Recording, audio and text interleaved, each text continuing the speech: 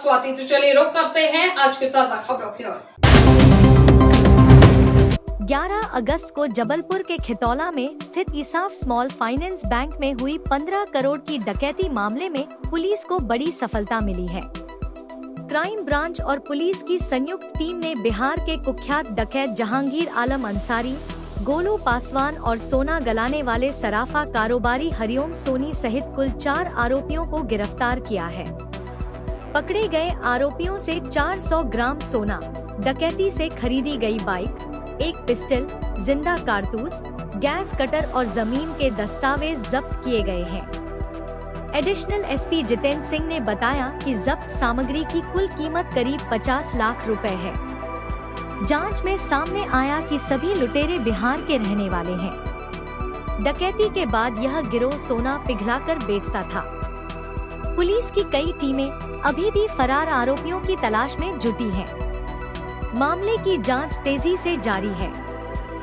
इस तरह का प्रकरण में विवेचना होती है तो जैसे जैसे आरोपी पकड़े जाते हैं उनसे जो तथ्य पता चलते हैं उसके आधार पे ही हम ये पता कर सकते हैं कि किसके हिस्से में, किस डकैत के हिस्से में कितना सोना आया, किसने उस सोने की ज़मीन खरीदी, किसने उस सोने से मोटरसाइकिल खरीदी।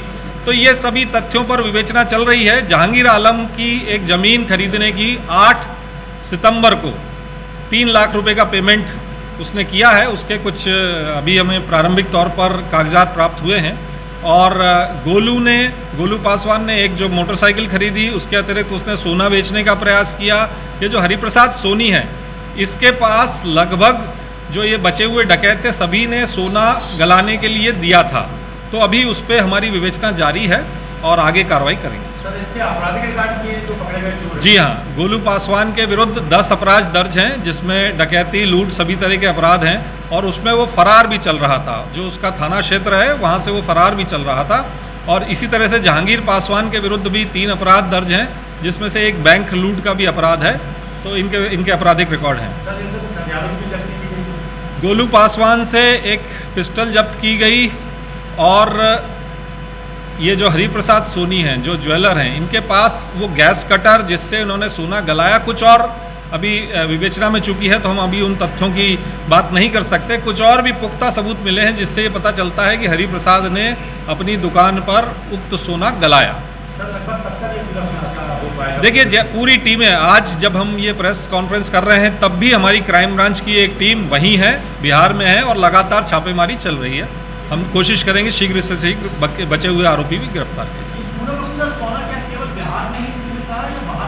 देखिए, अभी तक जो हमारी विवेचना है उसके हिसाब से ये जो 5 आरोपी हैं, क्योंकि अब 5 की पहचान स्थापित हो चुकी है, जिसमें से 3 हम गिरफ्तार कर चुके हैं।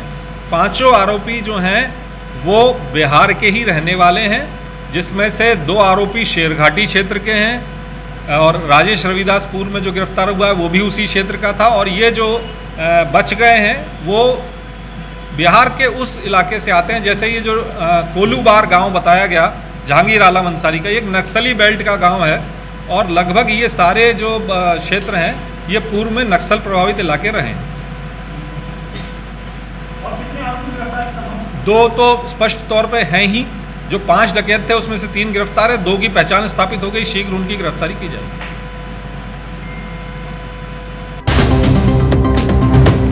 जबलपुर से 50 किलोमीटर दूर सिहोरा में एक तेज रफ्तार बस दुर्गा पंडाल में घुस गई। हादसे से मौके पर अफरातफरी मच गई और लोग जान बचाकर इधर उधर भागने लगे। सूचना मिलते ही सिहोरा पुलिस मौके पर पहुंची और हालात को नियंत्रित किया। हादसे में करीब 15 लोग घायल हुए हैं, जिनमें 6 से 7 को मेडिकल कॉलेज जबलपुर रेफर किया गया है। बस कटनी से जबलपुर जा रही थी और गौरी तिराहा के पास अनियंत्रित हो गई। देर रात संभागायुक्त धनंजय सिंह, आईजी प्रमोद वर्मा, कलेक्टर राघवेंद्र सिंह और एसपी संपत उपाध्याय ने मेडिकल कॉलेज पहुंचकर घायलों का हाल जाना। डॉक्टरों को हर संभव इलाज सुनिश्चित करने के निर्देश दिए गए। सभी रेफर मरीजों के परिजनों को रेड क्रॉस से 10 हजार रुपए की सहायता दी गई। लोक निर्माण मंत्री राकेश सिंह ने हादसे पर चिंता जताई और बेहतर इलाज के निर्देश दिए। सर, एक बड़ी घटना सामने आ रही है। ये पूरा क्या मामला, कितने लोग घायल हुए? ये सिहोरा में आज जो है एक बस के माध्यम से 13 लोगों को चोट आई है। बस ड्राइवर को भी काफ़ी उसमें चोट आई है, बस ड्राइवर भी काफ़ी गंभीर घायल है। उसमें से सभी को जो है 8 लोगों को वहीं सिहोरा से ही प्राथमिक उपचार के बाद उनको छोड़ दिया गया है, ठीक थे। 5 लोगों को यहाँ रेफ़र किया गया है। 5 में से 3 जो है गंभीर घायल हैं, 2 यहाँ पे मतलब सामान्य स्थिति में है। उन 3 का भी ट्रीटमेंट चल रहा है और उम्मीद है कि वो तीनों भी अपना सकुशल जो अपने चिकित्सा स्वास्थ्य लाभ करके वापस जाएंगे। मतलब इसमें ये था कि जो मतलब इस तरीके का एक वो आया है कि वो शराब के नशे में था जो ड्राइवर, इसी वजह से घटना हुई है। क्योंकि जो हमारा नो एंट्री था वो भी लागू था, नो एंट्री का भी प्रावधान था और वहाँ पे जो हमारी जो मैन कर रही थी उस पूरे चेक पॉइंट को, वो भी इंजर्ड हुई हैं इसमें। तो वो डिफाई करके आगे बढ़ा है, बस इसके वजह से घटना हुई है। अभी कितने लोगों को मेडिकल लाया? यहाँ 5 लोगों को लाया गया है, जिसमें से 3 जो है बता दिए तो मैंने एक बार। ठीक, सबको रौन दी। कितने लोग थे? 14-15 लोग थे भैया। कैसे हो गया हादसा? मतलब कैसे हुआ? सिहोरा पुराना SBI के बाजू से। कैसे हो गया? मतलब बस अनियंत्रित थी, शराब पिया था? क्या शराब पिया था ड्राइवर। शराब पिया था जी। कितने लोग घायल हुए? 14-15 लोग। 14-15 लोग जी। ये कितने लोग मेडिकल आए? यहाँ पे आप देख सकते हैं कि सभी जो घायल हैं उनकी परिजन। अब ये नहीं है भैया, पूरे आए यहाँ। ये कुछ लोग को पता चला कि यहाँ पे नहीं है, 5 लोग आए। नहीं, सब लोग आए, सब लोग आए। मेरा नाम राहुल है। मंगलवार को जन सुनवाई के दौरान पुलिस अधीक्षक कार्यालय में कैलाश तिवारी और शांति यादव ने कुछ रसूखदारों के खिलाफ शिकायत दर्ज कराई। कैलाश तिवारी ने बताया कि उन्होंने साहू परिवार से मकान खरीदा था, लेकिन विष्णु साहू और व्यास साहू रजिस्ट्री में टालमटोल करते रहे। कोर्ट से स्टे मिलने के बावजूद उन्होंने विपिन पटेल के नाम मकान की रजिस्ट्री कर दी। अब शारदा तिवारी के साथ मिलकर तिवारी परिवार को प्रताड़ित किया जा रहा है। उन्होंने आत्महत्या तक की बात कही और SP से न्याय की मांग की। वहीं शांति यादव ने बताया कि शारदा तिवारी और विनय पटेल ने उनके बेटे से मोबाइल और गाड़ी की चाबी छीनी और मारपीट की। कैलाश तिवारी ने यह भी आरोप लगाया कि माढ़ोताल और विजयनगर थानों में मिलीभगत से झूठे केस दर्ज करने का दबाव बनाया जा रहा है। पीड़ितों ने निष्पक्ष जांच और कार्रवाई की मांग की है ना रोड जी बताइए। विनय पटेल रास्ताओं में पोस्टर लगा रहे हैं और गुंडागिरी करते हैं और शिकायतें झूठी अफवाहें उड़ाते हैं। आप ये विनय पटेल कौन है? विनय पटेल हमारी बाजू का, उसका प्रॉपर्टी का हमारा उसका मैटर चल गया है। प्रॉपर्टी हमने खरीदी, वो हमारा वो हाई कोर्ट से वो है स्टे भी है और हमारी पहले से विक्रयनामा में हमने लिया है और हमने बलराम उसको किशन साहू को पैसे दिए हैं। इनने अबतर से उससे झूठी फर्जी लिखा पढ़ी करा ली। जी, तो आप थाने में गए थे कंप्लेंट कराने? हाँ, थाने में आपकी सुनवाई हुई? थाने हुई सुनवाई, थाने में कोई अभी सुनवाई नहीं हुई जी।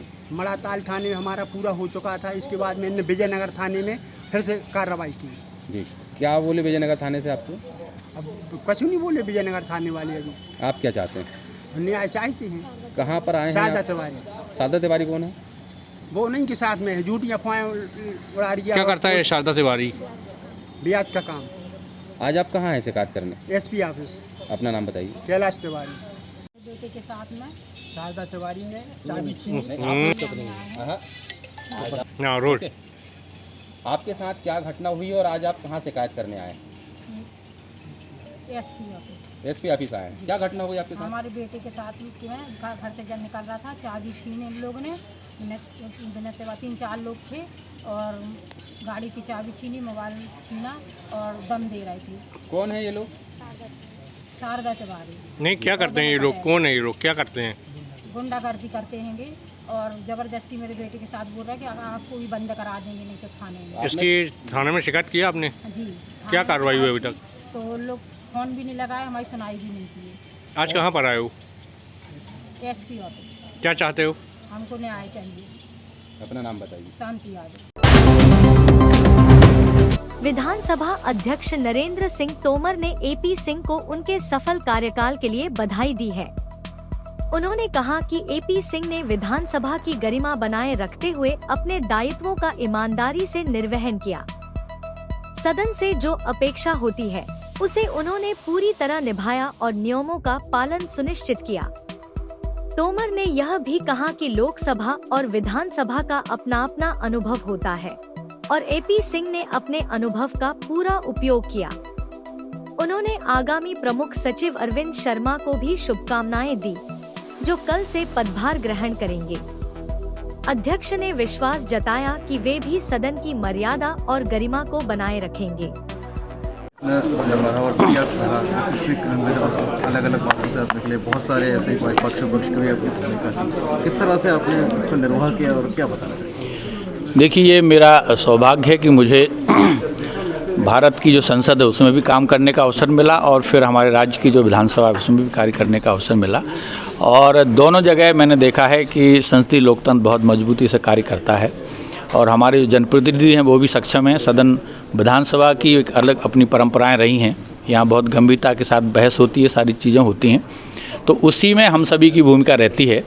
और मैं चूँकि 93 में मैंने विधानसभा यहाँ ज्वाइन की थी, तब से मैंने विभिन्न भूमिकाओं में यहाँ प्रयास किया कि जो भी मेरा योगदान हो सकता है उसमें किया जाए। और जब कोरोना काल विशेष तौर से आया तो उसमें बड़ी चुनौतीपूर्ण स्थिति थी, विषम परिस्थितियाँ थीं। ये निर्भर था कि संवैधानिक दायित्व कैसे पूरे हों, क्योंकि 2 सत्रों के बीच में 6 माह का से अधिक का संविधान के अनुसार अंतर नहीं हो सकता। लेकिन सदन में चूँकि उचित दूरी के साथ व्यवस्था करनी थी या तो कहीं और बिठाना था, तो हमने उसके लिए व्यवस्था की स्क्रीन लगा करके, तो वो एक बड़ा चुनौतीपूर्ण दायित्व हमने पूरा किया। फिर चाहे सत्ता परिवर्तन की स्थिति बनी हो, उस समय भी बड़ा संतुलन के साथ आपको देखना पड़ता है, क्योंकि जो सत्ता में हैं वो सत्ता से बाहर जाने की स्थिति में नहीं रहते और जो बाहर हैं वो जल्दी चाहते हैं कि वहाँ हमारा आना हो। तो उसके लिए मुझे याद आ रहा है कि माननीय जो हमारे स्वर्गीय राज्यपाल थे लालजी टंडन जी, वो उनके साथ मेरी प्रायः शाम की चाय होती थी और हम लोग बड़ा डिस्कस करते थे कि इस परिस्थिति में क्या हो, क्योंकि राजभवन पर भी दबाव था और मेरे ऊपर भी दबाव था, लेकिन हमने मिल करके उसको संतुलन के साथ सारी परिस्थितियों को, जो भी वैधानिक स्थिति थी संविधान के हिसाब से, नियम प्रक्रिया के हिसाब से सदन में विश्वास मत रख करके वो हमने सारा पूरा किया। इसी तरह से पहली चुनौती तो हमें अध्यक्ष के निर्वाचन के समय आई, क्योंकि हमारे यहाँ की परंपरा थी 50 साल से कि विधानसभा में निर्वाचन नहीं होता था, सर्वसम्मति से अध्यक्ष चुने जाते थे। लेकिन पहली बार 15वीं विधानसभा में ये स्थिति बनी थी कि सहमति नहीं बन पाई और फिर हमें अध्यक्ष का निर्वाचन करना पड़ा। तो उसमें भी हमने प्रक्रिया विकसित की और उसको हमने पूरी नियम प्रक्रिया से ही पालन किया। हालांकि केंद्र तक उसके संबंध में जानकारी मांगी, सभी ने फिर उसको सराहा कि बिल्कुल सही प्रक्रिया का आपने पालन किया। तो इस तरह की स्थितियाँ आती रहती हैं, लेकिन आप अपनी मेहनत से, अपनी योग्यता से और नियम प्रक्रियाओं का पालन करते हैं तो उसमें सभी पक्ष फिर उसको स्वीकार करते हैं और वही हुआ। फिर हमने देखा कि सभी पक्ष उसमें संतुष्ट थे। जैसा माननीय अध्यक्ष ने कहा कि हम प्रतिपक्ष के साथ हैं कि पक्ष के साथ, यही एक अच्छे अधिकारी के लिए होना चाहिए कि दोनों में वो संतुलन बना सके।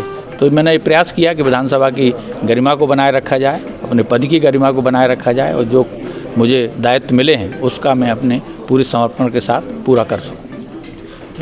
अब नई जिम्मेदारियों का निर्वहन, आखिर जिम्मेदारियों का निर्वहन ही करते आए हैं अभी तक। पहले लोकसभा में थे, 1.5 साल से यहाँ प्रतिनियुक्ति पे आया और उसके बाद अब संविलियन हो गया था, तो आज से प्रभार मिल जाएगा इसमें प्रमुख सचिव के पद का, क्योंकि संसदीय प्रणालियों का एक्सपीरियंस रहा है। दिल्ली में भी लोकसभा में इतने साल सर्विस की है, तो उस तरह की अपेक्षा अध्यक्ष जी भी इसीलिए यहाँ पे डेपुटेशन जब आया था अध्यक्ष जी के उसमें सानिध्य में, तो यही था कि जो जिस तरह हमारी संसदीय प्रक्रिया हम दिल्ली में लोकसभा में इम्प्लीमेंट कर रहे हैं, तो लगभग हमारे नियम तो लगभग सेम ही है यहाँ पर भी।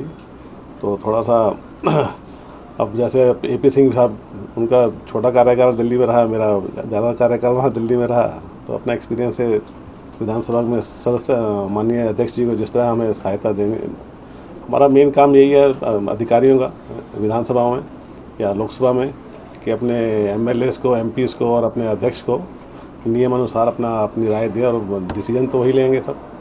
तो हमें अपने तरह से जो भी हमें उनको सहायक, हम सहायक ही हैं, बड़े सहायक पद चाहे किसी लेवल पे चला जाए, लेकिन हमें एक तरह से विधायिका की सहायता, उनको सहायता देनी है। अगर अपोजिशन के मेंबर्स आते हैं तो उनके जो भी जिज्ञासा या जो भी उनको चाहिए इन्फॉर्मेशन चाहिए नियमानुसार, उनको वो प्रदान करनी है। अध्यक्ष जी को सदन चलाने के लिए जो भी उनको हमेशा अपेक्षा अधिकारियों से रहती हैं वो हमें पूरी करनी है। पक्ष विपक्ष की शिकायतों का भी दौर रहता है।